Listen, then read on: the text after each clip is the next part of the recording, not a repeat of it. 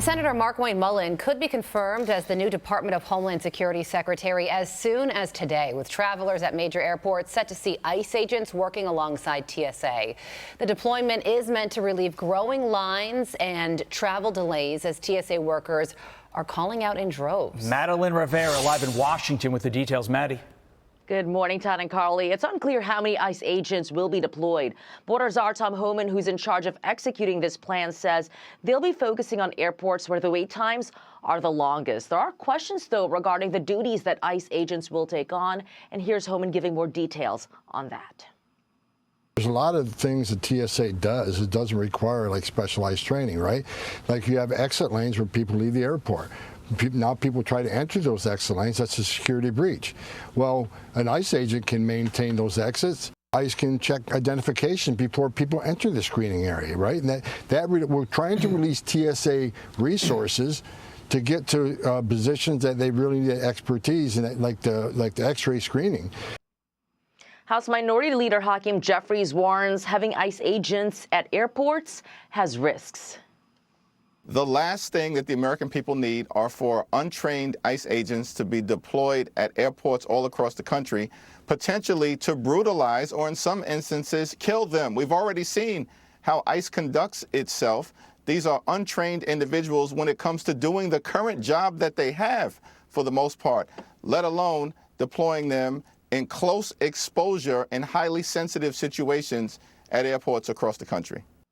Frustrations are mounting as long lines persist at airports across the country. The national call-out rate for TSA workers was more than 11% on Saturday, the highest since this partial government shutdown began.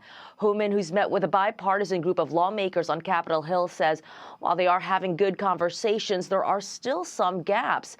But the Senate was able to advance Senator Markwayne Mullin's nomination yesterday. Two Democrats, Senators John Fetterman and Martin Heinrich, voted yes, breaking with the rest of their party. Mullin's final confirmation vote is expected to take place tonight. Todd and Carly. Madeline Rivera, thank you. With that, let's bring in former DHS Deputy Assistant Secretary and former Acting ICE Director Jonathan Fahey. And Jonathan, I want to pick it up where Hakeem Jeffries left off. An insane statement there really doesn't necessarily, I think, even warrant a response. Him saying ICE agents are going to kill people at airports. The minority leader of the House should not be saying things like that. But it does sort of lead me to believe that Democrats are going to try to fight this in court. Is there a way for them to do so? I don't see there's going to be any way for them to fight the deployment of these agents within the airports, because they actually have the ability to enforce immigration law or any other law within the airports currently.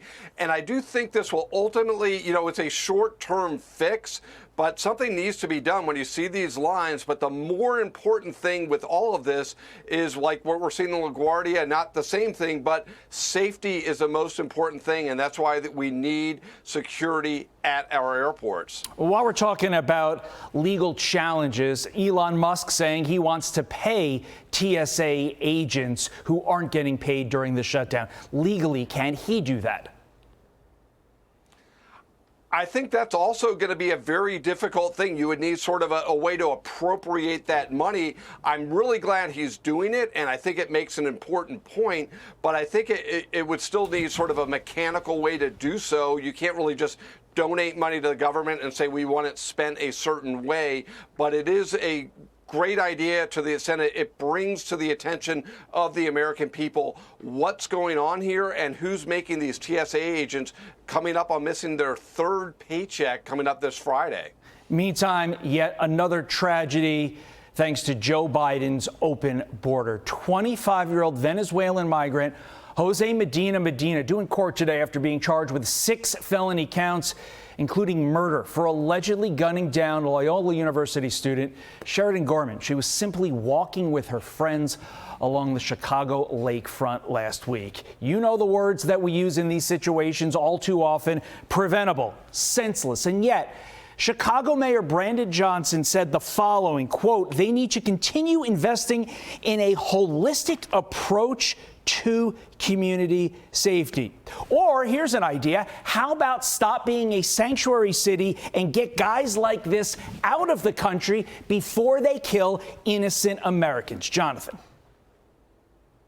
Yeah, Exactly. Not only is it preventable, but they didn't even try to prevent it. Remember, he comes in under Biden-Mayorkas open border policy, but then my understanding is he was arrested in Chicago, let loose under their sanctuary city policy. So 2 bad Democratic policies led to her death, unquestionably true. And what makes this important, really going back to the last story, that's what the fight's about. The Democrats' most important constituency is illegal aliens at this point, and that's why they're shutting down our airports, because they're trying to keep them in the country, and ICE is trying to keep people like this person, get them kicked out before they murder people. It's a senseless, horrible, preventable tragedy, but there needs to be blame laid on the Democratic Party because they are in favor of policies that cause this to happen. Again, I think it's so important in every segment like this. Sadly, we have to do a lot of them. Let's think about that family that lost a daughter. You think of all the time and energy, the love you have for that child, and that was just snuffed out. It was preventable because that guy did not need to be here. He shouldn't have been here. And thanks to the policies of the Biden administration and the Chicago mayor and the Chicago administration, we are missing a beautiful young lady this morning, and it is horrific. Jonathan Fay, I get fired up about it because, you know, I have 2 daughters myself. I can't imagine this happening to me. Jonathan, thank you. I'm Steve Doocy. I'm Brian Kilmeade. And I'm Ainsley Earhart. And click here to subscribe to the Fox News YouTube page to catch our hottest interviews and most compelling analysis.